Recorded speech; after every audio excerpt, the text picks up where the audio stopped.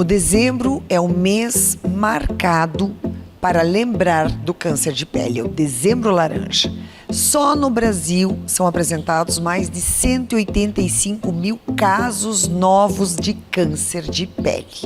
Para falar sobre esse assunto, trouxe aqui para a Interativa a doutora Gabriela Galvão, que vai falar sobre este assunto. Não saia daí. Interativa 22 anos. Aqui tem gente, aqui tem vida, aqui tem Unimed. Grupo Felite, levando felicidade para onde for. Distribuidora Santa Lúcia, a energia de quem sabe onde quer chegar. Escolha diferente. Escolha Unicred. Então, no programa de hoje, vamos conversar com a dermatologista, a doutora Gabriela Galvão. Muito obrigada, Gabriela, por vir aqui na Interativa e falar desse assunto tão importante. O câncer de pele é o câncer que tem a maior incidência no Brasil. Fala um pouco, então, sobre esse assunto, porque eu acho que é um tema importante. Com certeza. Então, muito obrigada pelo convite, Silvana. É um prazer estar aqui falando para os nossos telespectadores. O câncer de pele, então, ele tem a maior incidência não só no Brasil, quanto no mundo, né? E o câncer de pele, ele se divide basicamente em dois grandes grupos. O câncer de pele melanoma, responsável por 5% dos casos, felizmente, e o câncer de pele não melanoma, que domina aí o quadro com 95% dos casos.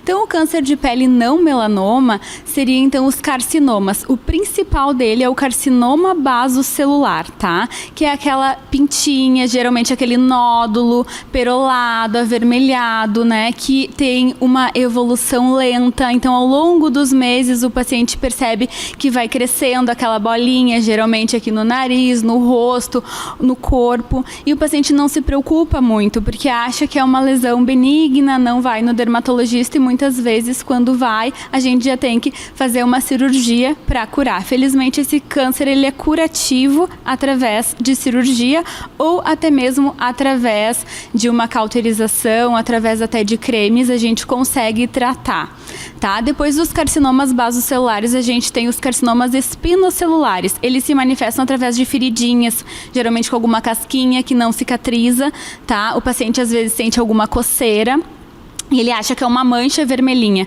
Também muitas vezes não se preocupa, tem uma evolução lenta, certo? E aí depois a gente vai para o grupo dos melanomas. Aí o melanoma tem aquela regra do A, B, C, D, E, que é bem importante lembrar para a população, né?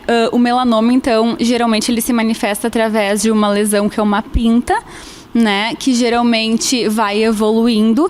Então, A, de assimetria, a lesão, se a gente divide em 4 quadrantes, a lesão é assimétrica, tá? B, as bordas dessa lesão, elas são irregulares, tá? C, para lembrar da coloração, geralmente, então, não é uma manchinha que ela é marronzinha só de uma cor, ela vai evoluir para uma lesão avermelhada, com vários tons de marrom, enegrecida, ou até mesmo com um véu meio azulado, esbranquiçado.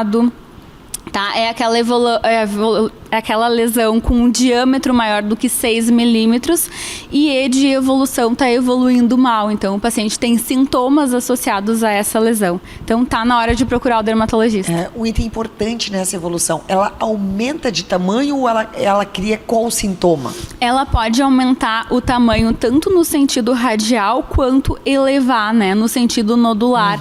Além disso, pode sangrar, o paciente também pode ter coceira. Então, qualquer manifestação diferente do habitual naquela lesão que antes era só uma lesão do bem, então já é sinal de procurar o dermatologista. E a coceira pode ser um sintoma também. Pode ser um sintoma. E essas manchinhas de pele, muitas pessoas têm sardas, essas manchinhas. Isso não quer dizer que esses sinais de nascença pode virar um melanoma ou sim? Pode virar um melanoma, sim. Por isso que é tão importante procurar o médico dermatologista, porque a gente, através do exame que se chama dermatoscopia, que a gente usa uma espécie de lupa, tá? E a gente vai conseguir fazer a identificação das estruturas dessa lesão, tá? Então, é o dermatologista que vai classificar essa lesão como potencialmente maligna ou não. E um dos fatores que influencia no câncer de pele é a exposição solar.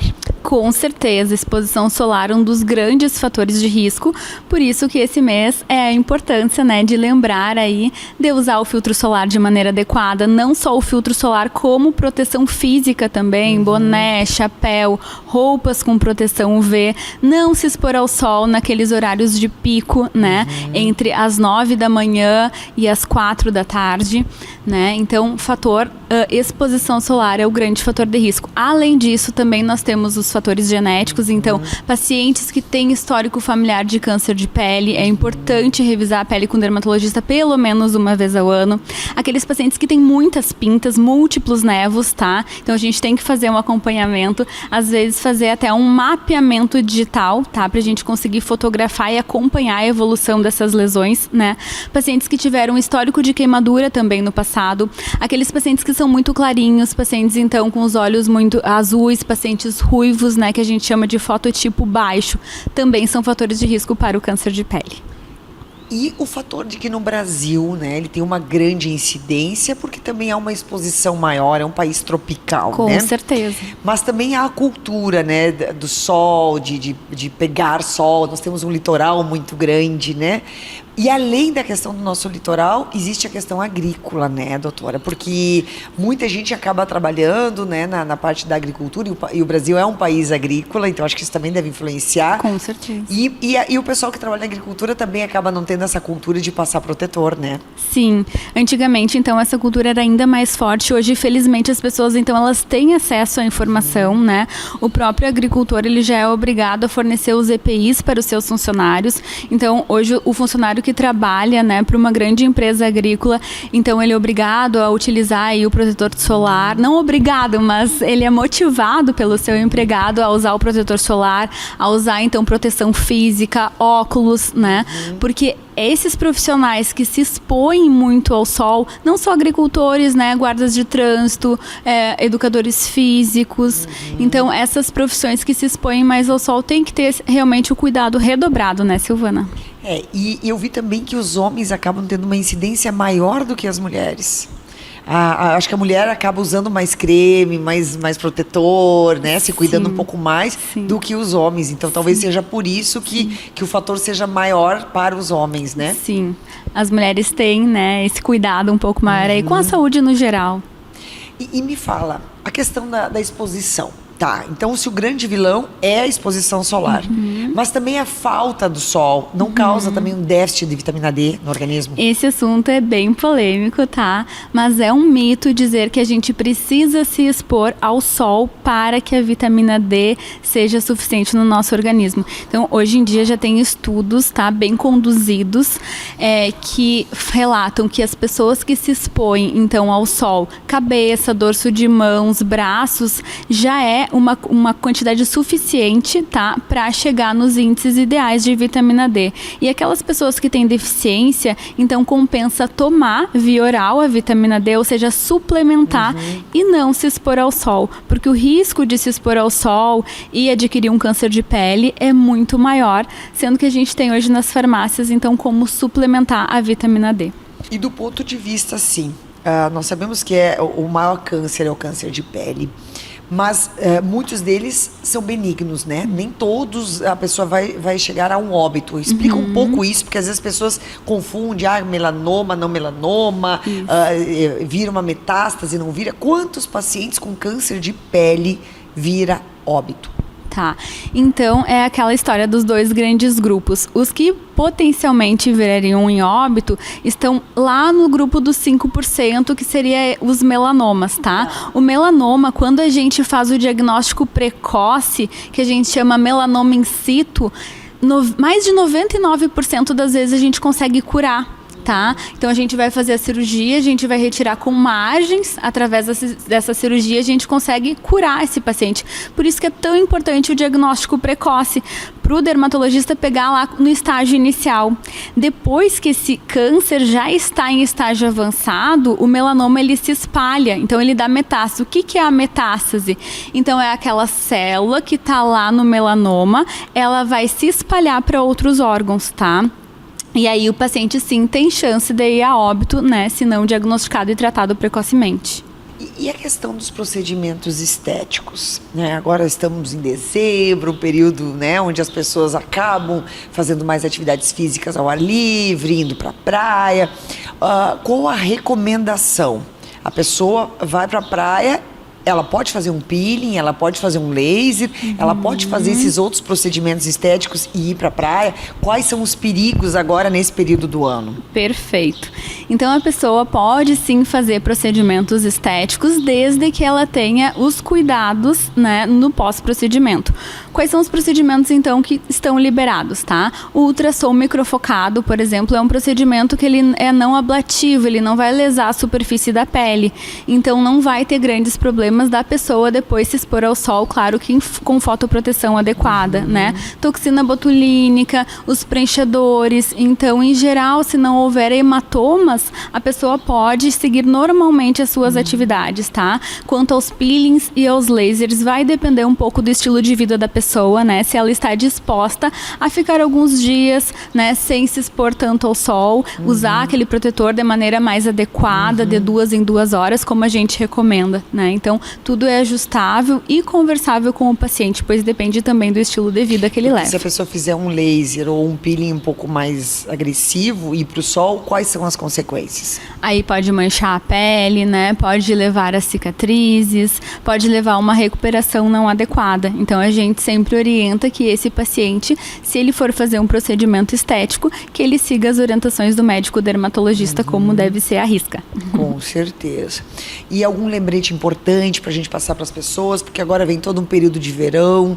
O que a Sociedade Brasileira de Dermato recomenda, então, nesse período agora, que é um período mais quente, um período, né, que começamos, né, a temporada de verão? Sim, então principalmente é usar o protetor solar e de maneira adequada. Então uma regrinha básica aqui para a região do rosto são a regra dos 3 dedos, tá? Então 3 dedos cheios é a quantidade ideal para face e pescoço. Não adianta passar um pinguinho de protetor no rosto, isso não vai cobrir adequadamente contra os raios ultravioleta A e B, certo? Reaplicar durante o dia também, tá? Porque muita gente passa uma vez lá na praia e esquece de reaplicar. Então reaplicar aí de 2 em 2 horas, no máximo de 3 em 3 horas, certo?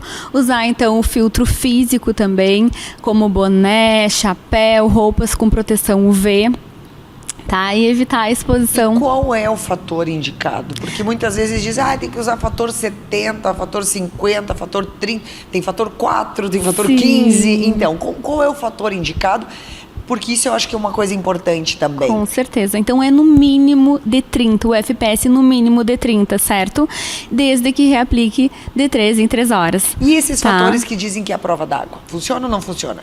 O fator é a prova d'água, então geralmente o protetor solar eles passam nos testes da Anvisa, né? Então eles têm sim testes contra a água, contra o suor, tá? Mas isso não impede que o paciente tenha que reaplicar o protetor. Mesmo que seja a prova d'água, deve ser reaplicado. Então vai lá, dá um mergulho, volta, se seca e reaplica o protetor solar. Isso. E outra coisa que as pessoas também acabam enfatizando é passar o protetor sempre no rosto.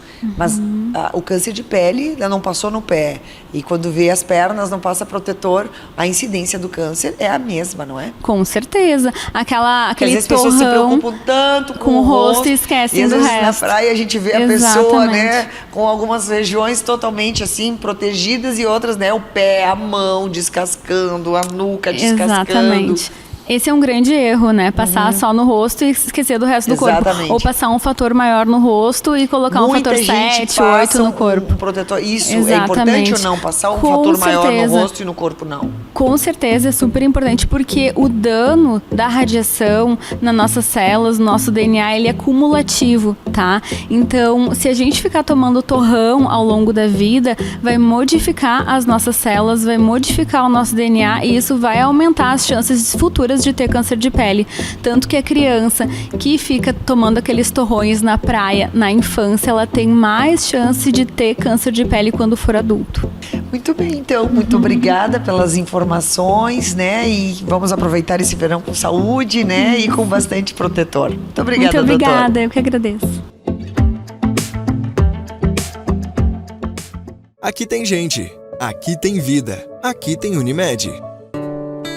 Grupo Felite, levando felicidade para onde for. Distribuidora Santa Lúcia, a energia de quem sabe onde quer chegar.